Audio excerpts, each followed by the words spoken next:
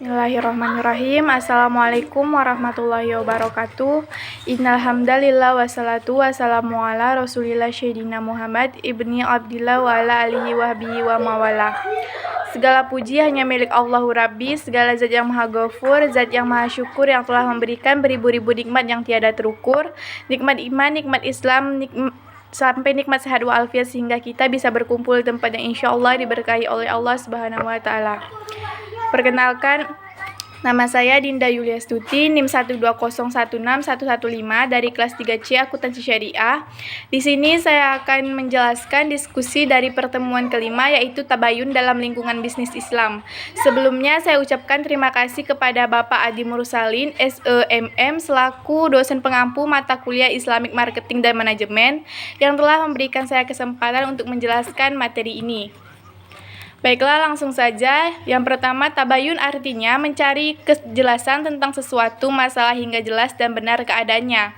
Secara istilah adalah meneliti dan menyeleksi berita, tidak tergesa-gesa dalam memutuskan masalah baik dalam hukum, kebijakan, dan sebagainya hingga jelas dan benar permasalahannya. Tabayun sangat penting untuk ditanamkan karena ketika menerima sebuah informasi harus mencari kebenarannya terlebih dahulu agar tidak menimbulkan fitnah dan merugikan diri sendiri maupun orang lain. Tabayun juga sangat penting dalam pemasaran karena Allah Subhanahu wa taala telah memperingatkan orang beriman tentang pentingnya tabayun terhadap suatu kabar berita merupakan kewajiban bagi kita dalam bermasyarakat, sebab terkadang kabar berita yang kita terima kebenarannya tidak bisa dipertanggungjawabkan. Di dalam Al-Qur'an juga sudah dijelaskan tentang tabayun, yaitu Quran surah Al-Hujurat ayat 6. A'udzubillahi minasyaitonirrajim. Bismillahirrahmanirrahim. Ya ayyuhallazina amanu akum fasikum binaba'in fatabayuna ang tusibu kuman bijalatin fatusibu ala ma fa'altum nadimin. Isi kandungannya adalah Allah memerintahkan kita jika ada orang fasik yang memberikan suatu berita, hendaklah memeriksa berita tersebut. Berita tersebut benar atau tidak agar berita yang disampaikan tersebut tidak menjadi musibah untuk kita. Al-Quran adalah kitab suci umat Islam yang diwahyukan Allah Subhanahu wa taala kepada Nabi Muhammad SAW sebagai rahmat dan petunjuk serta pedoman bagi kehidupan manusia di dunia dan di akhirat. Sesuai firman Allah Subhanahu wa taala dalam Quran surah Al-A'raf ayat 52 yang berbunyi, A'udzubillahi minasyaitonirrajim. Bismillahirrahmanirrahim. Walaqad ji'nahum bikitabin fasalnahu ala ilmin huda wa rahmatal liqaumi yu'minun. Kandungan dari surah ini yaitu menjelaskan bahwa kitab suci adalah petunjuk bagi orang-orang mukmin ke jalan yang baik serta benar dan sebagai rahmat bagi mereka karena mengandung petunjuk untuk menggapai kebahagiaan hidup di dunia dan di akhirat. Perkembangan globalisasi informasi dan komunikasi semakin berkembang yang membawa manfaat luar biasa bagi kemajuan peradaban manusia. Informasi dan komunikasi yang dulunya terbatas sekarang sangat luas hanya dengan membuka alat canggih seperti televisi, komputer, dan handphone. Kita bisa menjangkau hal-hal yang tidak kita ketahui. Hal ini tentu berpengaruh dalam kegiatan pemasaran. Dengan informasi dan teknologi yang semakin luas, mempermudah penjual melakukan promosi produk hanya dengan sosial media maupun platform berjualan. Quran surah Al-Hujurat juga menjelaskan tentang lebih baik kita meneliti dahulu sebuah barang yang ingin kita beli, yaitu yang berbunyi A'udzubillahi minasyaitonirrajim. Bismillahirrahmanirrahim. Ya ayyuhallazina amanu in ja'akum fasikum binaba'in fatabayyanu an tusibu qauman bijahalatin fatusibu ala ma fa'altum nadimin. Kandungan dari ayat ini yaitu memerintahkan kepada kita apabila ada orang yang memberitahu suatu berita, hendaknya berita tersebut diteliti kebenarannya, karena jika terdapat bahaya besar dan terjatuh ke dalam dosa besar. Kaitannya dengan pemasarannya itu, ketika kita membeli sebuah produk yang ditawarkan, hendaknya diteliti dengan baik sebelum membelinya. Jangan terlalu percaya terhadap omongan penjual mengenai barang yang dijualnya. Oleh karena itu, kita perlu cek produk tersebut agar sesuai dengan apa yang dikatakannya. Dalam Islam, kita dilarang untuk selalu berprasangka buruk kepada orang lain karena tindakan itu hanya akan merusak usaha yang dilakukan sebagaimana terdapat dalam Quran surah Al-Hujurat ayat 12, yaitu A'udzubillahi minasyaitonirrajim. Bismillahirrahmanirrahim. Ya ayyuhallazina amanu Ya ayyuhallazina amanu jtanibu katsiran minaz zani inna ba'da zani ismu wa la tajassu wa la yaqtab badukum ba'da ayyuhibbu ahadakum ayyakula lahma akhihi maitan faqaritumu wa taqullaha innallaha tawwabur rahim. Kandungannya yaitu menegaskan kepada kita untuk menghindari kecurigaan yang tidak berdasar. Kecurigaan merupakan pemikiran buruk tanpa dasar. Pemikiran buruk inilah yang menyebabkan seseorang terjerumus ke dalam dosa besar. Jika dikaitkan dengan pemasaran yang dilakukan perusahaan, ketika ada persaingan di dalam pemasaran perusahaan, hendaklah jangan berprasangka buruk. Bersainglah dengan adil sesuai yang diajari Islam tanpa melakukan dosa. Terdapat banyak sekali surah yang menjelaskan tentang turunnya Al-Quran ke bumi. Salah satunya adalah Quran Surah Al-Isra ayat 9 dan Quran Surah dan ayat 82. Quran Surah Al-Isra ayat 9 berbunyi, A'udzubillahi minasyaitonirrajim. Bismillahirrahmanirrahim. Inna hadzal Qur'ana yahdi lillati hiya aqwamu wa yubasyirul mu'minina allazina ya'maluna sholihati anna lahum ajrun kabiro.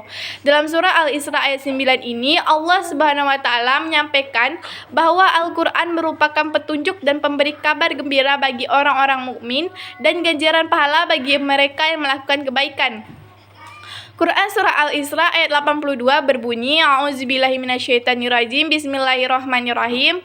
Wa nunazzilu minal Qur'ani ma huwa syifaa'u wa rahmatul lil mu'minina wa la yaziduz zalimina illa qasaru.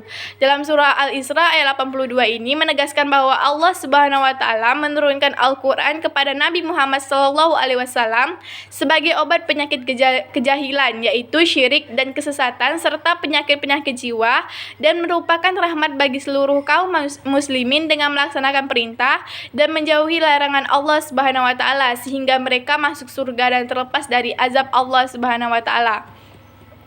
Dalam pemasaran, hendaklah usaha tersebut tidak mendatangkan kesesatan dan kemurkaan Allah Subhanahu wa taala sebagaimana firman Allah Subhanahu wa taala dalam Quran surah Ali Imran ayat 144 yang berbunyi, A'udzubillahi minasyaitonirrajim. Bismillahirrahmanirrahim. Wa ma Muhammadun illa rasul qad qalat min qablihi rusul afa immata au kutila qalabtum ala aqabikum wa may yaqlib ala akibaihi falayadurullaha syai'a wa sayajzillahu syakirin. Kandungan dalam Quran Surah Ali Imran ayat 144 menjelaskan barang siapa yang keluar dari agamanya, maka ia tidak dapat mendatangkan mudarat kepada Allah sedikit pun, dan Allah akan memberikan balasan kepada orang-orang yang bersyukur. Kaitannya dengan pemasaran yang dilakukan oleh perusahaannya itu, janganlah melakukan kegiatan yang bisa mendatangkan kemudaratan dan murkanya Allah. Perusahaan harus melakukan kegiatan pemasaran yang mendatangkan keridhaan Allah Subhanahu wa taala. Allah melarang tegas umatnya untuk menyimpulkan sesuatu hanya berdasarkan omongan orang lain tanpa membuktikannya sendiri, padahal ia belum tahu kebenarannya. Sebagaimana firman Allah Subhanahu wa taala dalam Quran surah Al-Isra ayat 36 yang berbunyi, A'udzubillahi minasyaitonirrajim. Bismillahirrahmanirrahim.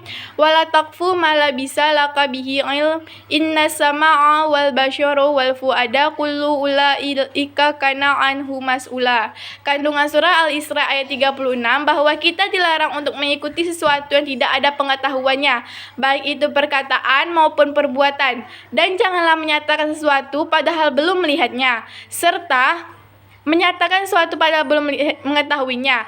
Hubungan dengan pemasaran itu sendiri yaitu agar kita bersikap kritis dengan menggunakan pendengaran, penglihatan, dan akal serta pikiran dalam mengatur segala sesuatu dalam pemasaran.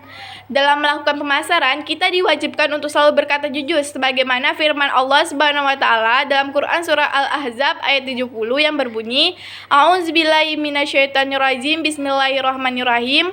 Ya ayyuhallazina amanu taqullaha wa qulu qawlan sadida. Kandungan Quran surah Al-Ahzab ayat 70 bahwa Allah Subhanahu wa taala telah memerintahkan kepada seluruh umatnya yang beriman untuk selalu bertakwa dan berkata jujur.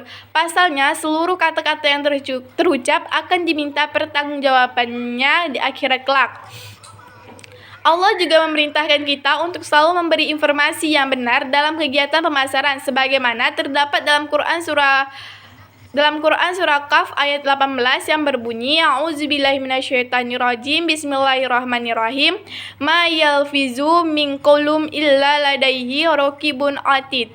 Kandungan surah Kaf ayat 18 ini bahwa Al-Quran menuntut setiap orang yang mengetahui kebenaran untuk memberi informasi atau kesaksian. Janganlah saksi-saksi yang mempunyai informasi enggan memberi keterangan apabila mereka dipanggil.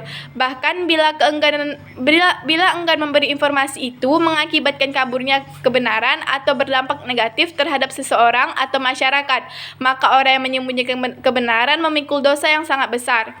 Kaitannya dengan pemasaran yang dilakukan oleh perusahaan adalah bahwa kita dalam melakukan bisnis harus selalu memberikan informasi-informasi yang benar dan disertai dengan saksi agar tidak terjadi kebohongan di dalam usaha tersebut.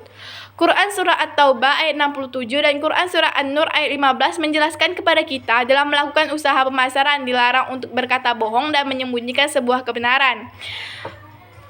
Berikut bunyi Quran Surah At-Taubah ayat 67 yaitu A'udzubillahi minasyaitonirrajim Bismillahirrahmanirrahim Yahlifuna billahi lakum liyurdukum wallahu wa rasuluhu ahaqqu ayyurduhu in kanu mu'minin.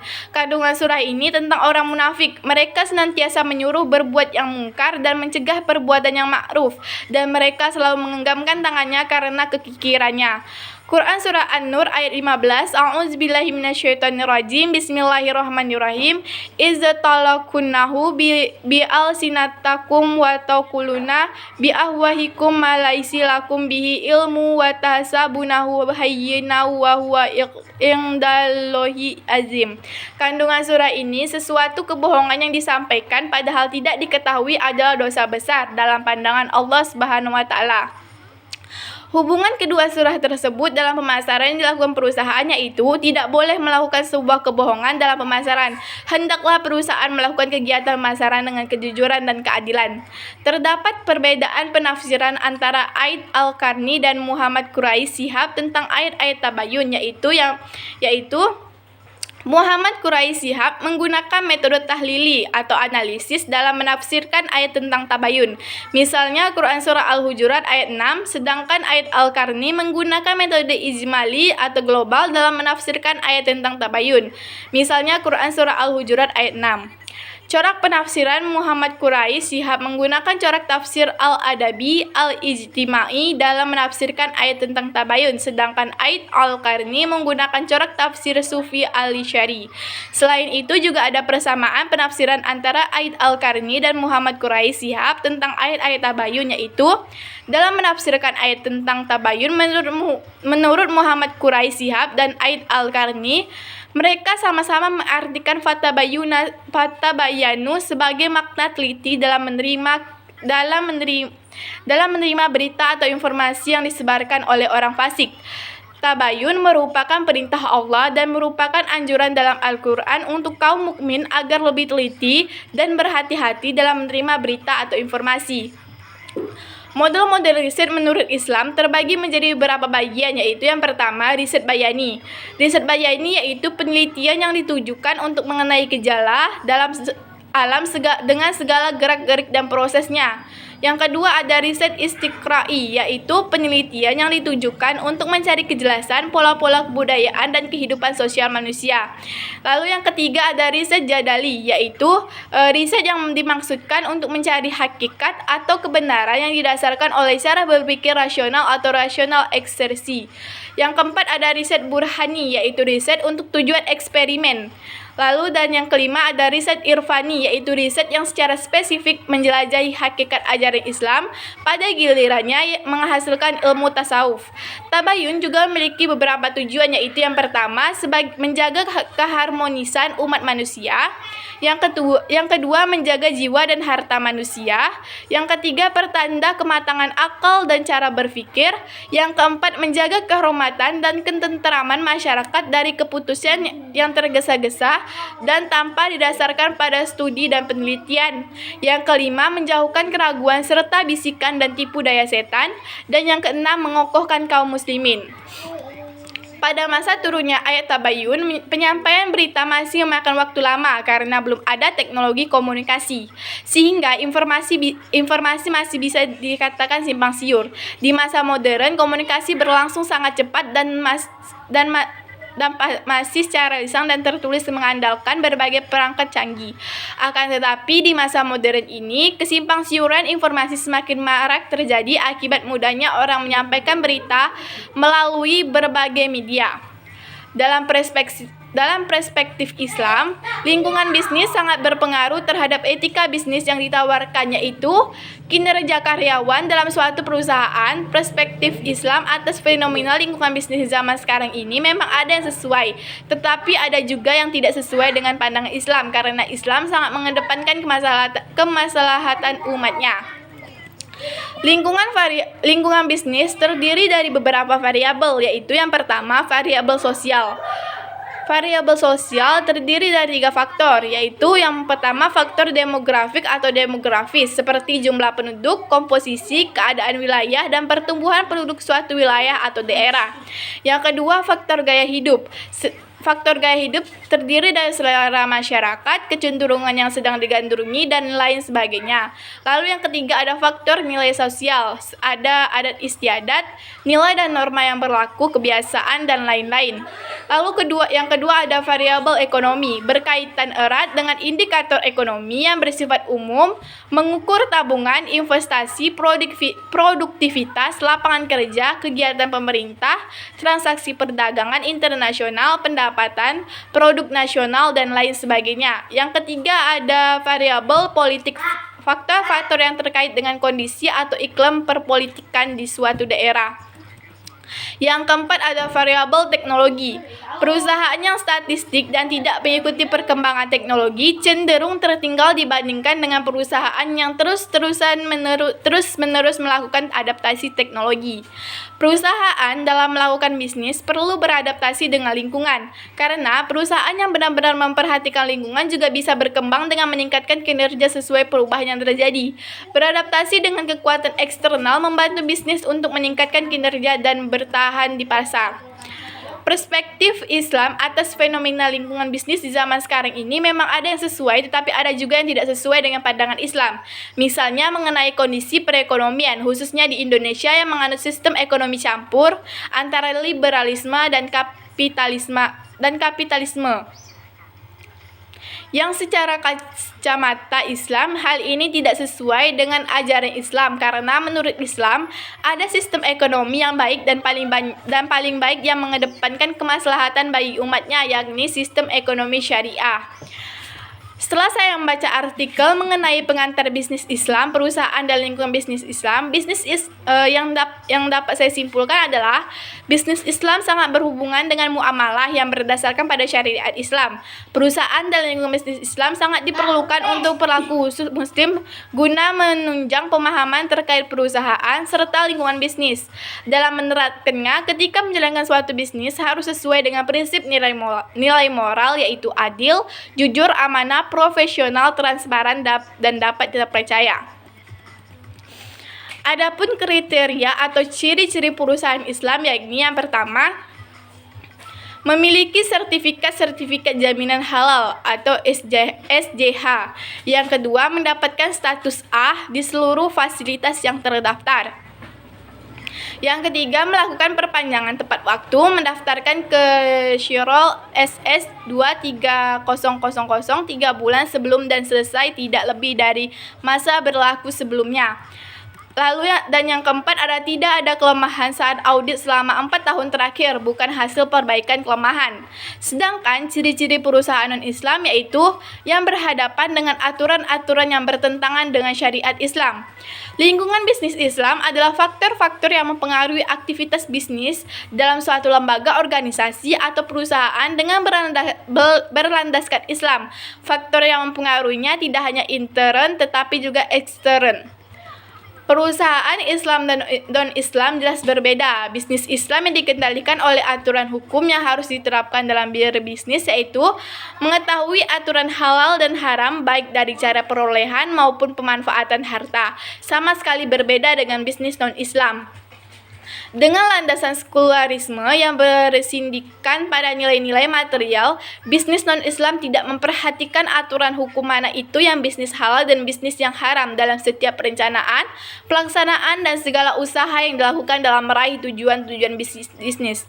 Dari asas sekularisme inilah seluruh bangunan karakter bisnis non-Islam diarahkan pada hal-hal yang bersifat bandawi dan menafikan nilai ruhiyah serta keterikatan pelaku bisnis pada aturan yang lahir dari nilai-nilai transendental, aturan halal dan haram.